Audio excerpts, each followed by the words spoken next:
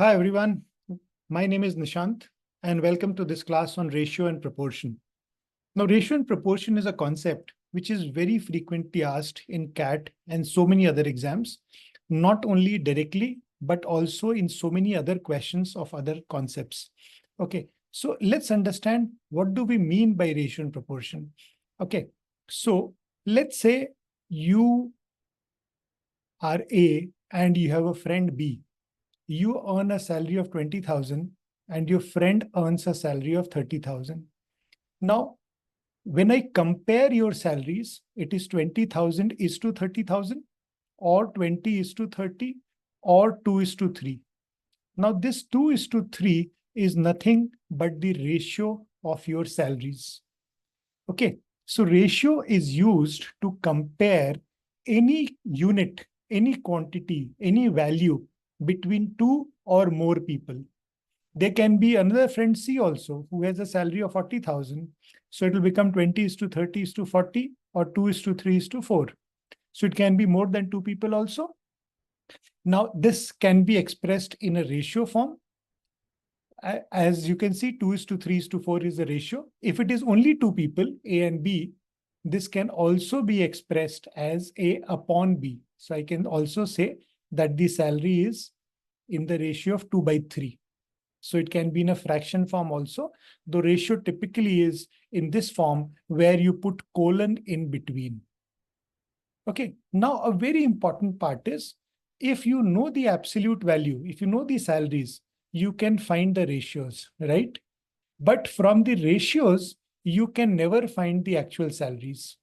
Okay, so if I tell you that the ratio of your salary to your friend B to your friend C salary is 2 is to 3 is to 4, what are the actual salaries? You can never tell me.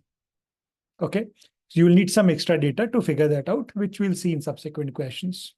Okay, now ratio can be told to you in different forms. Most of the times ratio word is not used. For example, if I just say that B salary is 50% more than A's salary, is 50% more than A's salary.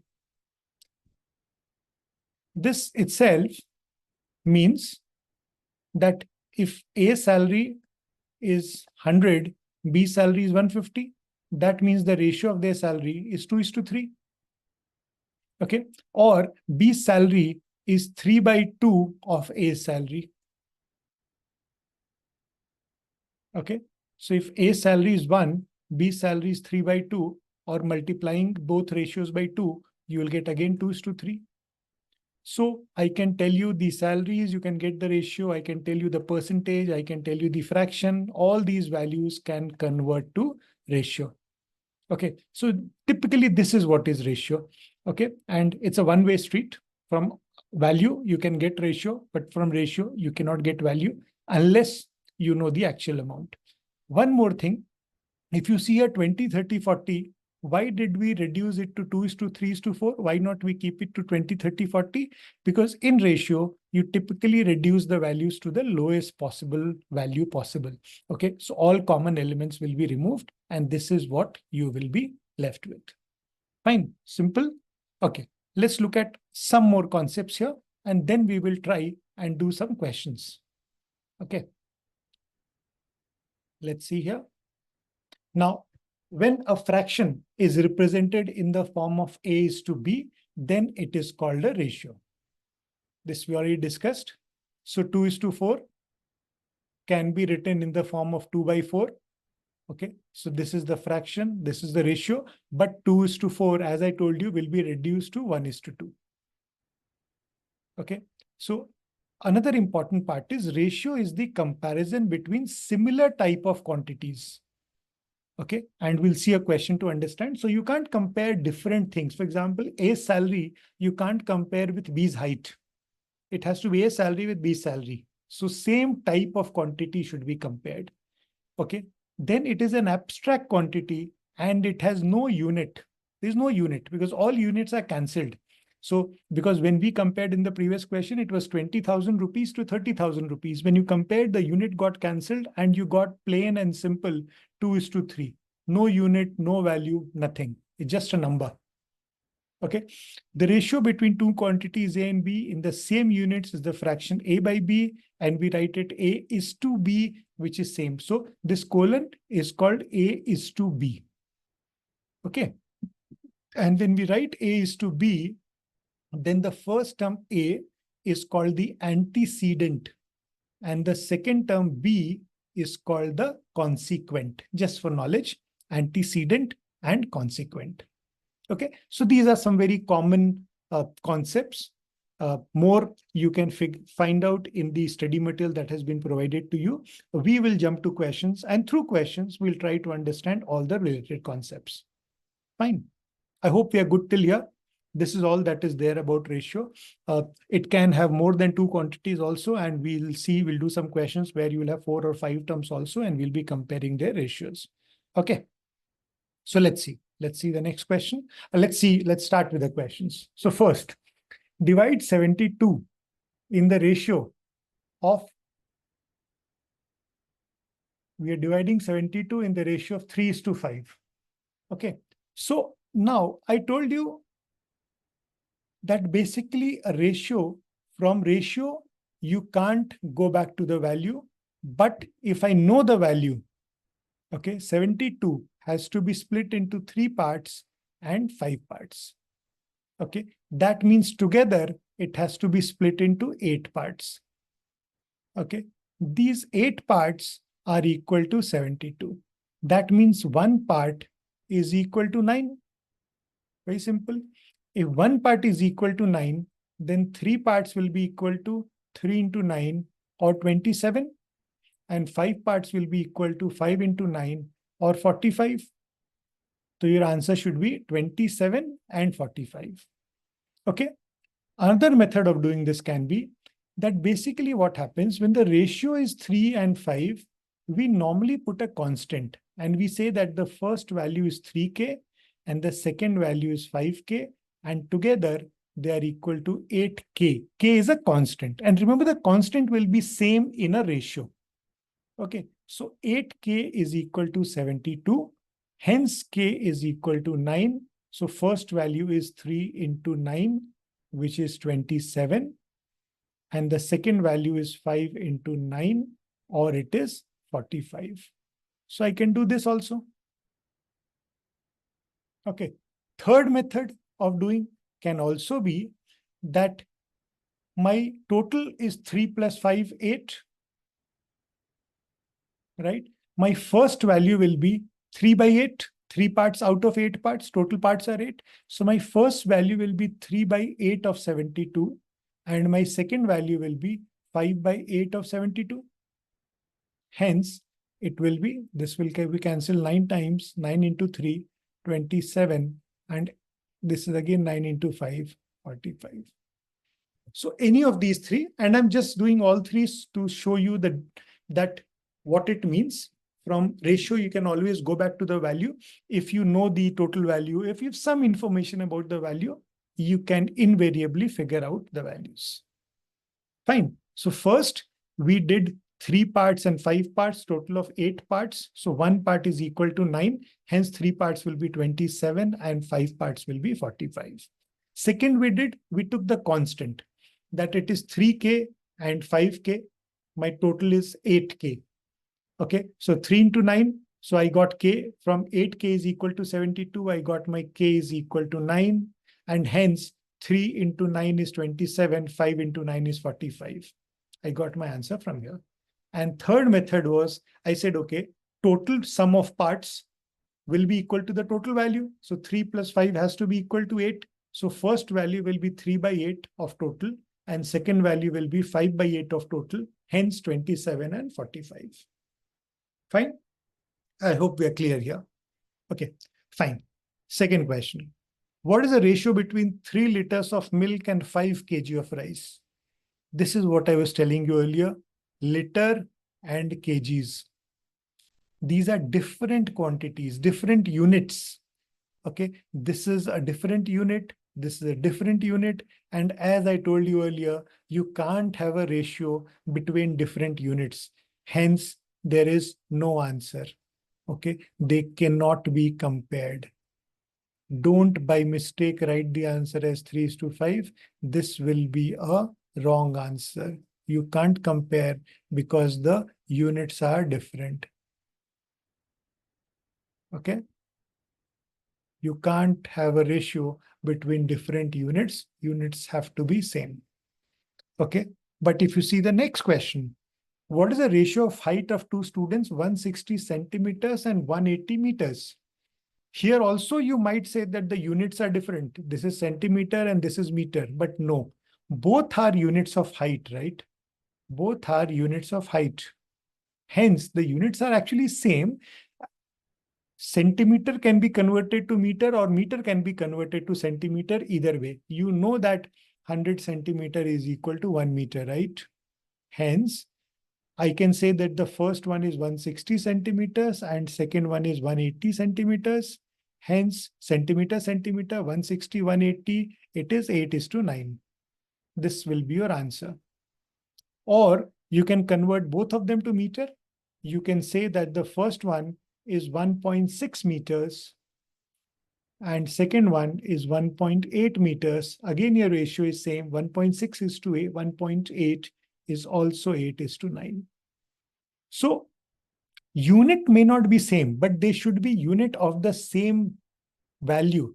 Here, both of the units are measuring height. Here, the problem was liter is basically measuring your volume and kg is measuring your weight. Hence, they cannot be compared. They're units of different values. They're measuring different things. But here, both of them are measuring the same thing, which is height. Hence, we can do this. I hope we are clear till here. First few questions, I'll try to build the concept so that you understand what you can do with ratio, what you cannot, and where you have to be careful, what are the common mistakes that we make, and then we'll proceed to slightly higher level of questions. I hope that sounds good. Okay, okay. So all these three, I believe you have understood. Let's move to the next question where we will take up this. Ratio between girls and boys in a school is 3:4. Okay. Girls and boys in a school is 3:4. The number of students in the school are 350. What is the difference between boys and girls? This, I guess, you should be able to do. Same thing that we had done earlier. So 350 has to be divided into 3 and 4. So I can do this three ways, right? What we had done earlier. So 3 parts and 4 parts. Together, there are 7 parts. 7 parts is equal to 350. Hence, 1 part is equal to 50. Hence, girls are 3 parts, boys are 4 parts. So 3 parts will be 3 into 50, which is 150. 4 parts will be 4 into 50, which is 200. So your answer will be 150 girls and 250 boys. The difference between them is 50. So your answer is 50. Second method of solving, I can take girls as 3K, boys as 4K.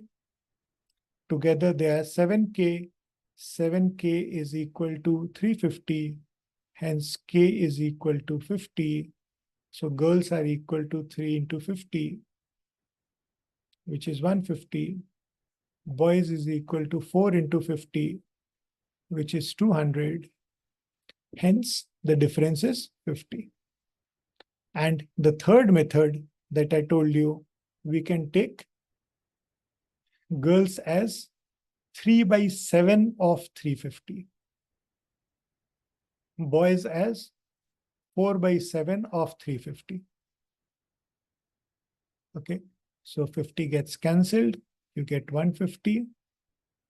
50, you get 200. Here again, the difference is 50. So any of these three methods are absolutely fine for doing this question. Okay. So I hope we have understood so far. Okay. Let's move to the next question. This is an interesting question. If A is to B is 5:3, then what is A plus B upon A minus B?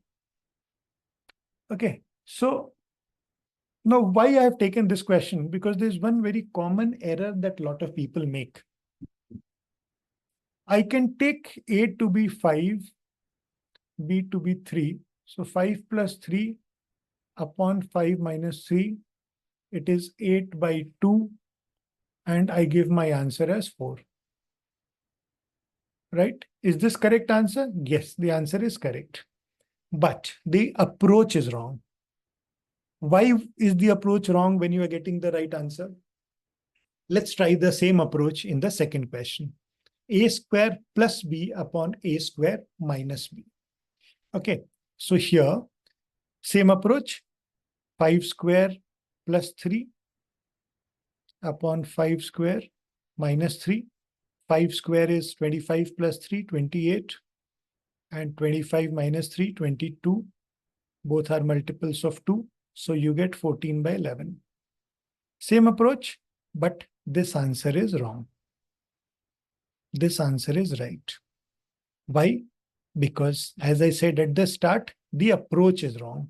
This is not how this question should be solved. What is the error here? I told you, and this is one thing you always have to be careful, that A is not 5. Is A equal to 5? No. A is equal to 5K. You can't forget the constant. Remember, in a ratio, A is to B is 5 is to 3. A is never 5, B is never 3. It is 5K and B is 3K. This K gets cancelled because when you write them together, K is the common part that gets cancelled. So A and B can be 5 and 3. In that case, K will be 1. A and B can be 10 and 6. In that case, K will be 2. A and B can be 50 and 30. In that case, K will be 10. A and B can be 100 and 60. In that case, K will be 20. So you don't know, but you can't ignore K. Okay, now let's solve with this.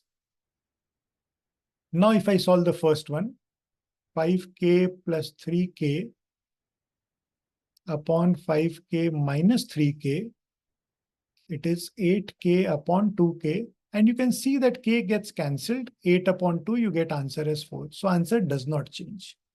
Okay, but in the second one, 5K whole square plus 3K upon 5K whole square minus 3K, you get 25K square plus 3K upon 25K square minus 3K. 1K is common, that will get cancelled. You'll be left with 25K plus 3 upon 25K minus 3, right? This is where you'll be stuck and you can't proceed beyond this. You can't eliminate K. And hence, you will not get an answer. There is no answer.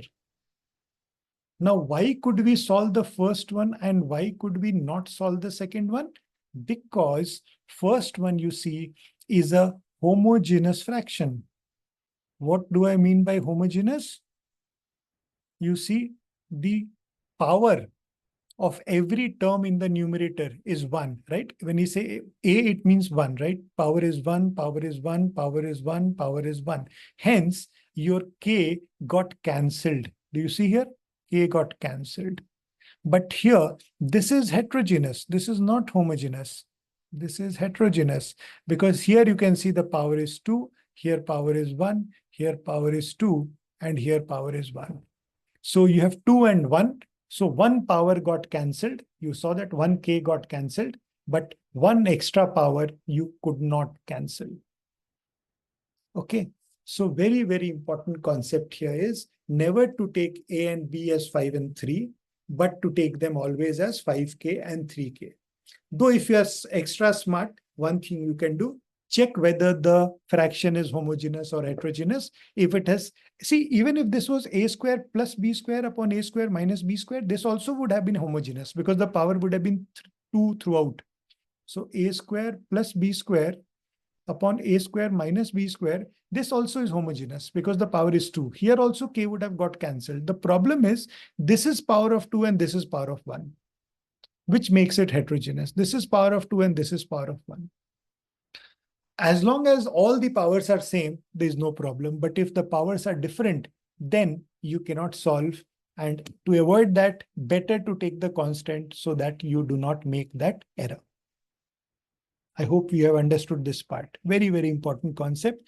Homogeneous equations, homogeneous fractions, you will be able to cancel k. Heterogeneous fractions where the powers are different, okay, you will not be able to cancel k. And with k, you cannot give the answer because k was not given to you in the question. You have introduced this k, okay? And hence, there will be no answer for the second question, and there will be an answer for the first question. So just be careful about this, okay? Good. Thank you so much for attending. Take care. All the best.